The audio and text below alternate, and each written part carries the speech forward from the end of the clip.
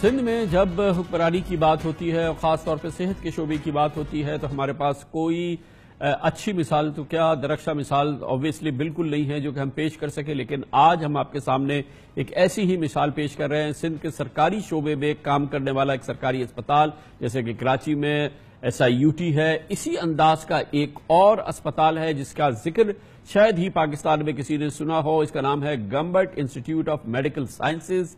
یہ خیرپور کے شہر میں قائم ہے اور یہ لازوال خدمت کی مثال ہے اور سرکاری شعبے میں چلنے والا یہ ایک نایاب اسپتال ہے سندھ میں۔ اس کی دوسری مثال SIUT کے علاوہ نہیں ملے گی اور یہ بات ثابت کر رہا ہے کہ اگر سرکاری شعبے میں بھی اگر کمٹمنٹ ہو، ول ہو اور اس کے ساتھ ایسے لوگ شامل ہوں جن کے دل میں خدمت کا جذبہ ہو تو قسمت بدل سکتی ہے۔ اس اسپتال کی خاص بات یہ ہے کہ یہاں پہ خاص طور پہ جرمنی سے ڈاکٹرز آئے ہوئے ہیں جو کہ جرمن ٹیکنالوجی کے ساتھ اور جرمن جو ان ایشوز پہ جو ڈیولپمنٹ ہوئی ہیں ان کو یہاں پہ اپلائی بھی کر رہے ہیں، جس کی وجہ سے یہاں پہ 4 لیور ٹرانسپلانٹ ہو چکے ہیں جو کہ یقینی طور پہ ایک بہت بڑا فیٹ ہے اس اسپتال کے لیے۔ یہ ایک ماڈل اسپتال ہے Gambat institute of medical sciences, Khairpur میں ہونے والا یہ اسپتال، سرکاری اسپتال۔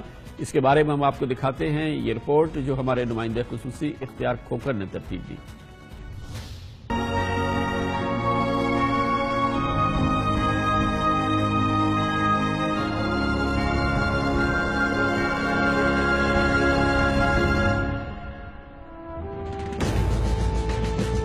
سندھ کے ضلع خیرپور کا شہر گمبٹ جہاں ایک سرکاری اسپتال خدمت کی مثال بن کر ابھرا ہے۔ Gambat institute of medical sciences کا سفر کوئی 40 برس پہلے 2 بستروں کے ڈسپینسری سے شروع ہوا۔ بھرپور کارکردگی کی وجہ سے اسے ماڈل تعلقہ اسپتال قرار دیا گیا۔ لوگ آتے گئے، کارواں بنتا گیا۔ یہاں جدید ڈائلسس سینٹر قائم ہوا جو 24 گھنٹے کھلا رہتا ہے۔ پچھلے 4 سال میں یہاں اینجیوگرافی، اینجیوپلاسٹی اور بائی پاس سرجری بھی ہونا شروع ہوئی۔ گمبٹ اسپتال میں پچھلے 1.5 برس سے جگر کی پیوند کاری جیسے اہم شعبوں پر بھی کامیابی سے کام ہو رہا ہے جس کے لیے جرمن ماہرین کی خدمات حاصل کی گئی ہیں۔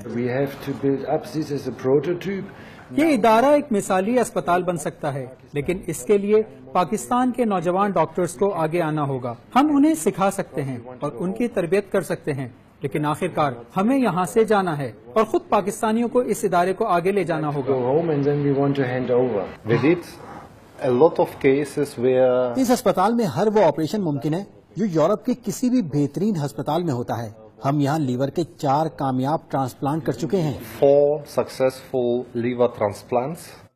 جگر کی پیوند کاری کے لیے پاکستان سے مریض ہندوستان جاتے ہیں جہاں علاج پر لاکھوں روپے خرچ ہو جاتے ہیں، لیکن گمبٹ اسپتال کی کوشش ہے کہ یہ طبی سہولت اپنے ہی ملک میں میسر ہو جائے۔ یہاں ہر شعبے کے مریضوں کے لیے الگ OPD قائم ہے جہاں روزانہ ہزاروں لوگ دور دراز علاقوں سے آتے ہیں۔